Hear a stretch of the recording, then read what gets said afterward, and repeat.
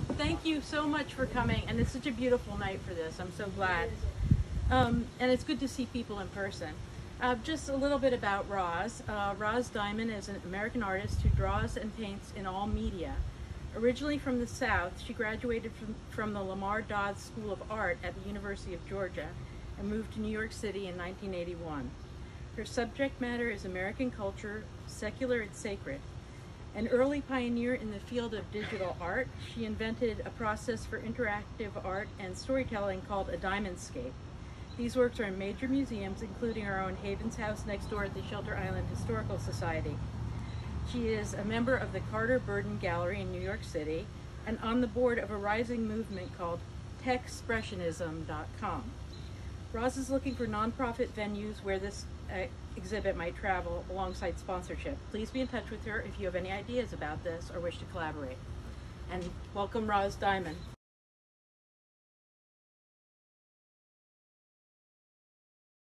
I really love that the Lincolns are starting out here in this island home that I love so much. Yes, originally from New York many years, but my husband James, who's right here, James Dawson, and I have been out here, and actually we're fully permanent here for the first time in the last couple of years, and we just love this place and the community it engenders. And to get to the point of what this whole series really is about is this winter, when our nation was just so, I think we're still divided actually, but there was just so much rancor and hatred and vitriol going on in the country. And as an artist, I wasn't really quite sure how I was going to respond to this. I was feeling a lot of emotions, and I stumbled upon this incredible portrait of Abraham Lincoln by Andrew Gardner, 1863. It's an incredible face. And you know, I have not done a portrait in years. I've been working digitally, really by accident, since I arrived in New York. I can barely operate a toaster, but honestly, as an artist, it's true though. You know, you don't always get into things. I would say just listen to the interruptions in your life, because that was the biggest interruption in my life. I mean, I love drawing in oils, and I was classically trained and studied in Italy, and I love drawing and painting in the kind of traditional sense. But arriving, I'm diverting a little bit here, but to give you background, my brush just started filling with pixels and squares in the 1980s, and that led me to working in digital media from the very beginning, and I've continued to do it. So anyway, getting back to this winter, I was trying to figure out what would be my response to all this going on, and I saw the space, and to the point I was making, I haven't done a portrait since I did some oil portraits of my mother and some other people in Atlanta, Georgia, called Talking Heads, where I had tape recorders under the portraits. And I guess even then technology was coming in, because people said, have you been to that show? And you go in and all the paintings are talking before the people are even there. And but it wasn't really about technology for me. It is about technology. But for me, it's about trying to make a closer connection with you, and as an artist with other people, using the means we have today. So this face, I looked at this face, and I do call it my affair with Abraham Lincoln. And my husband seems to be okay with that. And he said, well, he's dead, so it's fine. You know, but I'm kind of kidding. But I really did fall in love with this face. I mean, because this face is like a battlefield, and I felt like here was a face and a man who kept the Union together during such a disruptive, difficult period of the Civil War. And we're kind of in a Civil War again, and maybe we've always stayed there a little bit. But the thing that was so compelling about his face is all the different things that you see in it, and the suffering and the steadfastness, and the fact that he did keep the Union together.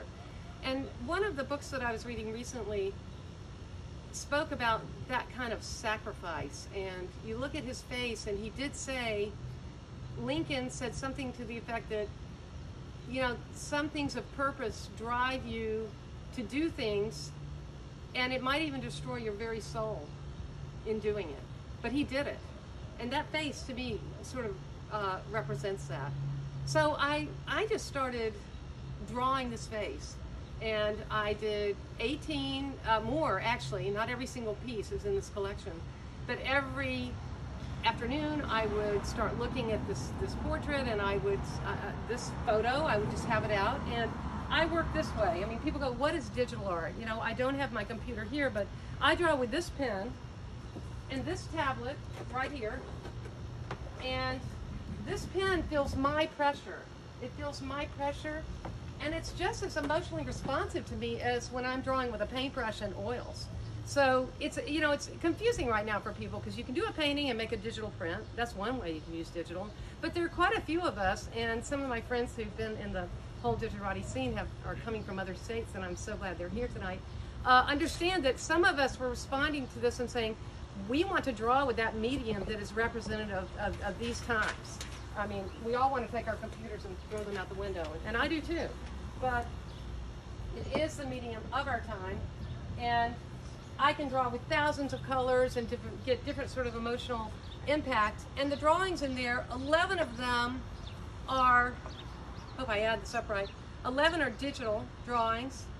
And yet at the same time, I was just so in love with the face. It wasn't really about necessarily doing them even digitally anymore. I just started pulling out paper and saying, oh, I think I'll take charcoal and really try to capture this tonight just with charcoal. Or I'm going to take out all my Conti crayon and my pen and ink. And it got me back into a traditional media that I really haven't been in for a while. So it's kind of an interesting selection and series in that it's one face. They all look different. And you're welcome to go in and see the show after we talk. I'm going to try to keep this short just so we can discuss a little bit about the series and I can talk to questions. But each one is really, really different. They're really expressive. I'm not looking at that and trying to make it look just like Abraham Lincoln. I'm just feeling this empathy with his face and trying to capture the emotion and the sadness and the sorrow of his eyes and the kind of contradiction. And they all have names, and I do have a sheet of paper in there that lists headlines that were going on each day when I did these pieces. And it doesn't mean that that particular piece went to that headline. It just is a little bit of context for people to understand what was going on in our world at that time and in our capital.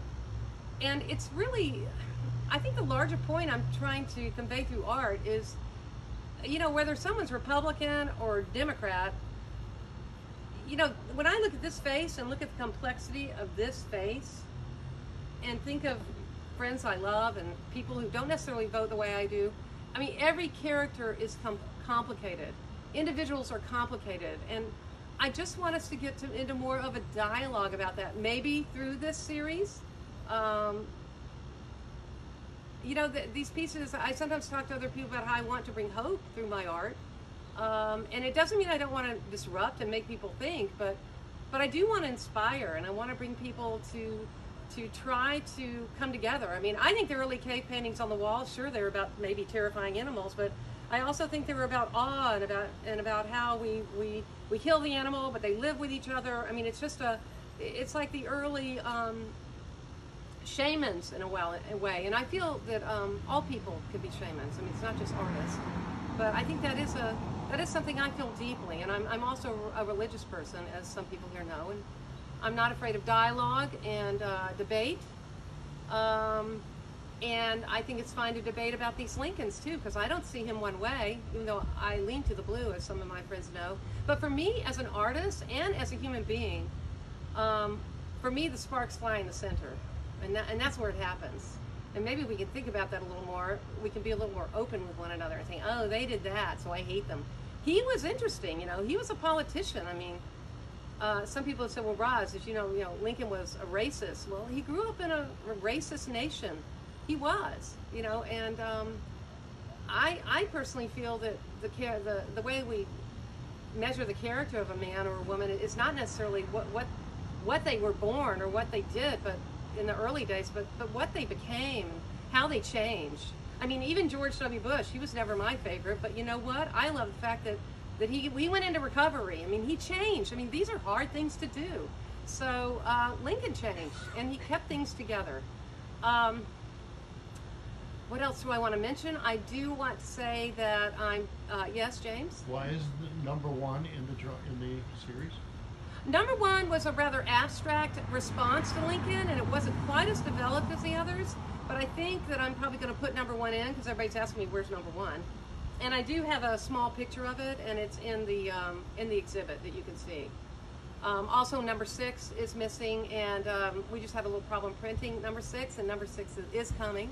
And the show has been extended through August, so I'm really pleased that that's happening. And I will be quiet soon.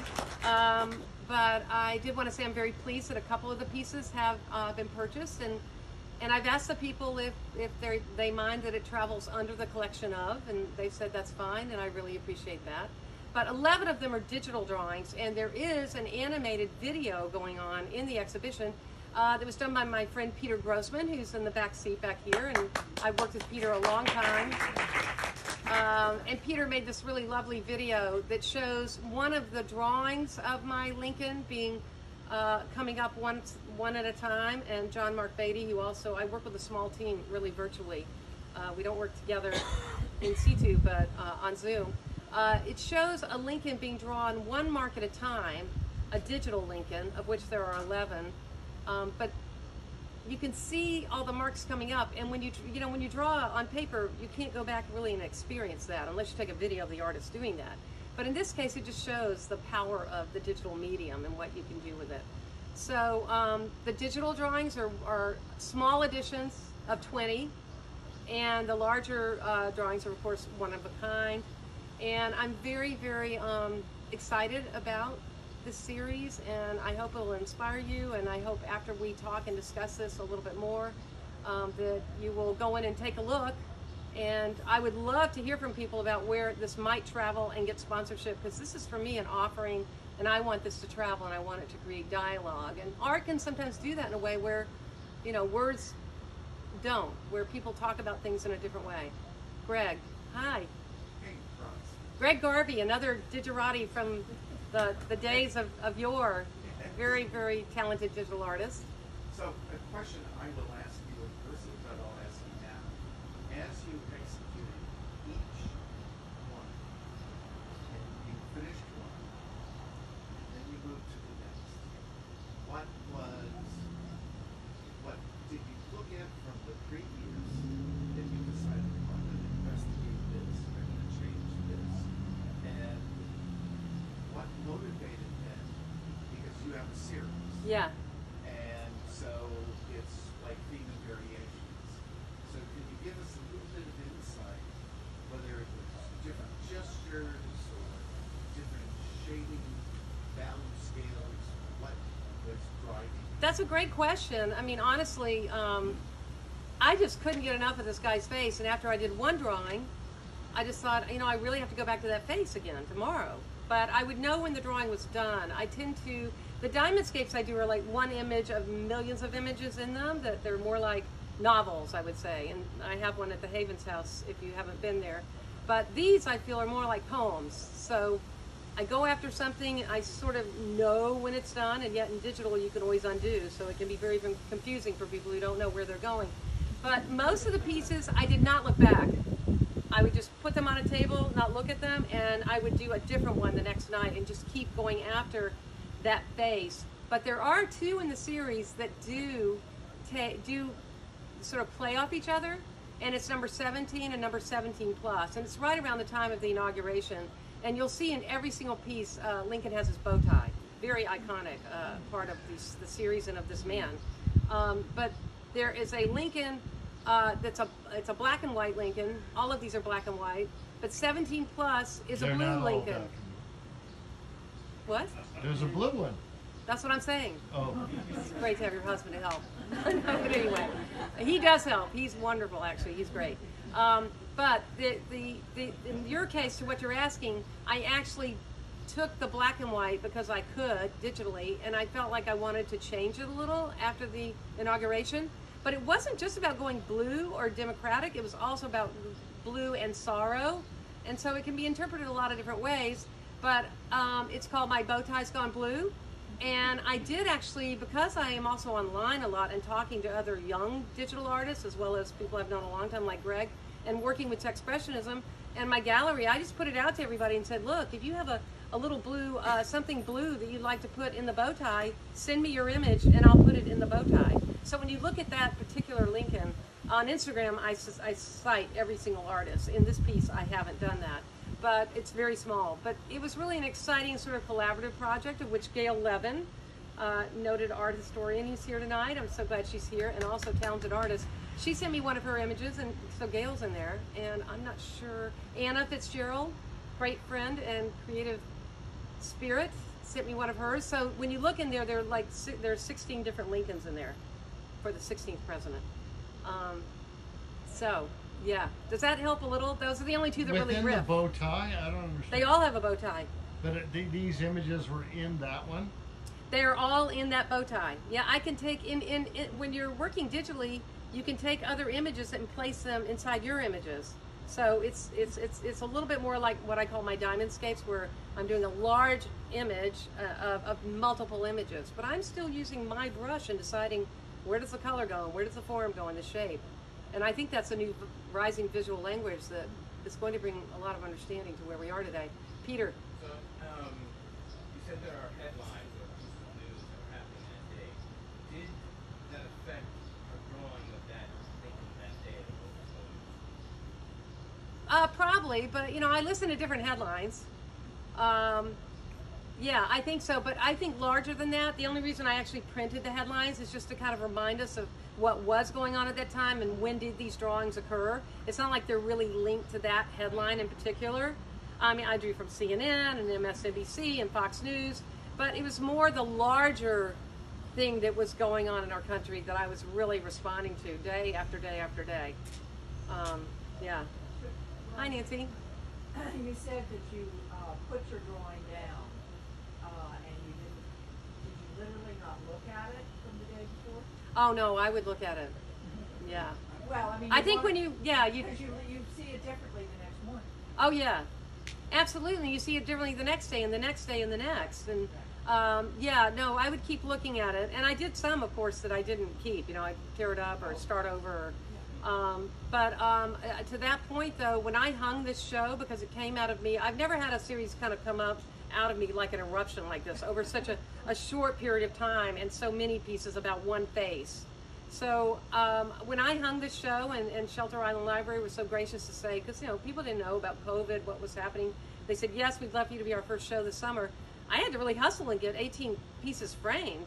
So, and I hadn't really seen them all, and I hung them up, and then I had to go and visit a relative, and I felt like a mother, like looking their children a little, like, oh, and I felt the strength. I really do feel the strength of this series. I mean, sometimes when you do art, it's, I don't know, I think there's some other power working through you, you know, for me. I don't know. Karen Kerr, she's another artist here in the audience and part of our poetry group that I love, but she and I have talked about the fact that when you work, you're sometimes transported to some other place, and you look at the piece later and you don't always really know quite how it happened. I mean, obviously you have to hone your skills, but I have a question, Roz. yeah. As you got into this project, did you read a lot of biographies about Lincoln? I'm reading one right now, The Burlingame. It's supposed to be the essential Lincoln. I'm in volume 1, and it's just got every iota of data. So I'm reading it carefully though, and it's what's impressing me the most is, as a young person, how much he, even with animals, I mean, you know, he was a hard, rough pioneer lifestyle. He grew up very poor, and he had such a passion for or maybe not passion, but empathy for others and a sense of justice for people. And when they asked him what was his goal when he started becoming a politician, he said, "What is your goal?" And he said, "My largest goal is to be esteemed by my fellow man." He just had words that he made his own playbook. You know, he was really quite unique. But he was also very puritanical in ways, and there's a lot of complexity to him. Very smart, could memorize everything, and very clever and very funny, and was of his time. And I'm sort of in the early parts of it. Yeah, I'm reading that, and I also have read, I can't remember who wrote it, it's more about the spiritual kind of side of Lincoln. And he really wasn't, from what people can tell, religious himself. But, and I want to say for myself, some of my friends know this, but I'm an ordained interfaith minister. I come from a Jesus place, but I'm so interested in all religion, and in even atheism. What drives people? What is that thing that we're seeking and searching for? And I think all the religions kind of They have different things, but they're all fascinating to me. But the interesting thing about Lincoln is that that people have said, who've written about him, have said that it's not that he was religious, but that he thought about religion. He thought about it, and he used it as a politician. He used it, but a lot of things he thought in the Bible were a bit of malarkey, and you know, that can be debated too. But he's an interesting person. You could probably tell me more, but you know, I'm waiting to hear more. Yeah, I'm doing more research into him. He's pretty fascinating, and this he has had so. The Ken Burns film that they did on Lincoln had a lot of photographs of Lincoln. Oh, I should look at that. Yeah, that sounds great. Any other portraits coming up? Well, you know, when I picked out Lincoln, I also have a portrait of Eleanor Roosevelt, and she keeps looking at me. So I don't know, you know, I might go after her. She's pretty awesome herself. Yeah, thanks. Does anybody else have any other questions? Or, yeah, Marion? How long did it take you, Roz, from start to finish when you did your first one and when you did your last one? I think my first one was December 20th, 1920. I mean, 2020. Where am I? 2020. Yeah. And thank you. Really. And the last one, I really actually wasn't going to do another one, but then someone said, Roz, you've been doing these Lincolns, and a few people like Carolyn, who's a friend of mine in here, who owns one of the Lincolns, actually said, you know, it's his birthday, Roz. You should at least do him on his birthday. I think that was February 12th, wasn't it? Yeah. Yeah. And so I went, well, okay. And so that was my kind of my last one. It's a little more abstract. But so it was from December 20th, 2020 to February 12th, 2021. And then I was done. That was the series. I knew I wasn't going to do any more. But that's a lot of work in a short time. Oh, yeah. Oh, yeah. How did you know? What's that? How did you know? How did I know I was done? I'm not sure, Gail. I just knew. So, you know, with series, you kind of take them to the place where they just can't go anymore. And yet, actually, I don't know. I'm still really interested in his face. It just cannot be captured enough. You know, he's so amazing. But I did feel I just felt, I don't know, I'm not sure, but I felt it was done, that the series was done. I mean, maybe a different series and a different approach, but for that series, I just felt it was. And as you pointed out, having done a catalog for another one of my exhibitions, the guns, Gail pointed out the fact that I had already kind of had an association with Lincoln because I did a series of guns that came out of my Artifacts series. And all of my work is about America. I mean, whether it's artifacts, it's pop culture, it's Wall Street, it's Jesus, it's, you know, all sorts of things. But the guns, I had done a gun, and it was called, it was the gun that shot Abraham Lincoln. And I was interested in famous guns. And guns are beautiful, evil little creatures, you know. And it's funny, people go, Roz, you're drawing guns, you know. But you know what? People were fascinated with them. Everyone had a gun story. People came in, yes, I'm a minister, but I carry a gun. You know, I mean, I was like, whoa. I mean, it was really fascinating to me what came out of people about guns. And like, well, I hate guns, but let me just show you this 22 I have. It's like, you know, and I had stories from people. And, you know, the Lincolns have stories too. So they do sort of link in, but so, yeah. But, yeah, hi, Penny.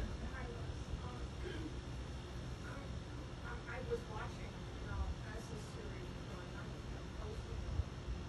So I'm wondering, was it a way for you to work through the horrors, or I mean, what we were going through, and then there was an end, and you know, sometimes the stage was like almost evolving and together. Was there a way for you to just sort of stay sane? Oh, yeah. I think so. I mean, you know, I think if you know, I was born able to draw. I got it from my grandparents. I mean, you have to always be practicing, but that was just something I received.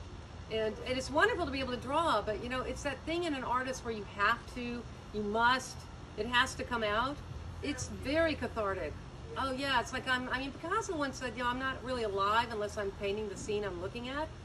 And sometimes you do have to take a breather, but, you know, it just was so cathartic for me that I could express and feel sad and feel, you know, all these different emotions I felt in watching what was going on. And so it was, yeah, it was very, very cathartic for me, I must say. Yeah. So, Thank you so much, all of you. Oh, yeah, hi Barbara. I mean, it's like a little community here, isn't it? We all know each other. Yeah, It's a great one. What comes to mind right now is that, you know, the fact that you were drawn to Lincoln at this moment. And Lincoln was, you know, sort of larger than life in a lot of ways. And he managed the country through its, you know, most horrendous crisis. And now we're in another horrendous crisis that we do not know the outcome to yet, Right. or what's going to happen. But, you know, with a lot of suffering and pain, and not sort of fully resolved, but enough resolved so that we could carry on, he was able to move us forward. And so it's just making a lot of sense to me why the picture of Lincoln, the portrait, would come to you at that moment. And I can see how hopeful that, you know, I mean, it's hopeful to a degree because the Civil War was hopeful to a degree. Even Thank though- you. No, that was beautifully put. You know, there's something about him. Resolute comes to mind. You look at his eyes, and he's just going to do it. He's going to do it, and it's. You look at his wrinkles and the suffering and the. You know, he's had joy too, but this one was a. You know, he took that bit and he did it, and the word sacrifice comes to mind, and we don't hear that much. You know, that our political servants do, and I don't know. It made me take a deeper look, and I hope all of us do at each other. I mean, it just can't be as simple as oh, you're that and you're this. I mean, it is. You do have to take positions, but I would just ask us to look deeper. To your point, and he did things that were politically expedient to keep the country together. And in reading things, it's been fascinating. I've learned a lot of things, like, oh, you know, there were. It was, of course, I knew that it was not just slavery, but economics that was at the issue here. But there were states, you know, like in Indiana, they didn't even allow free slaves to come in because, you know, the farmers were afraid that they were great workers and that it was hard to be a farmer. And Lincoln had been a farmer, and they liked Lincoln because he grew up, he really had a hard life, very hard life. He's just so brilliant. He kept studying all the time and somehow became a lawyer, you know, without ever really having too much formal training. But, you know, you look at all the different economic reasons and what was going on in the country, which is still going on kind of now. I mean, some people are feeling just so left out of the fabric here, either through lack of education or through, you know, just people ignoring them. Who knows why? There are a lot of different factors, but I think we need to listen to all of them. I mean, I'm learning a lot just from his face. I'm going and reading more and seeing different positions. I mean, there were a lot of emancipated laws that were already enacted, but they really weren't enforced, and some of them still aren't. So it's been a really revealing time doing this series. Thank you so much for coming. Thank you to the library, and I just wanted to invite all of you. Thank you so much. Please go in and take a look. Be safe, wear your mask, don't wear your mask, whatever works for you. There's a little bit of a reception that Jocelyn has put together, and please just be comfortable and enjoy the exhibit, and I'll be around, and I'd be happy to answer questions. And thank you all. Thank you.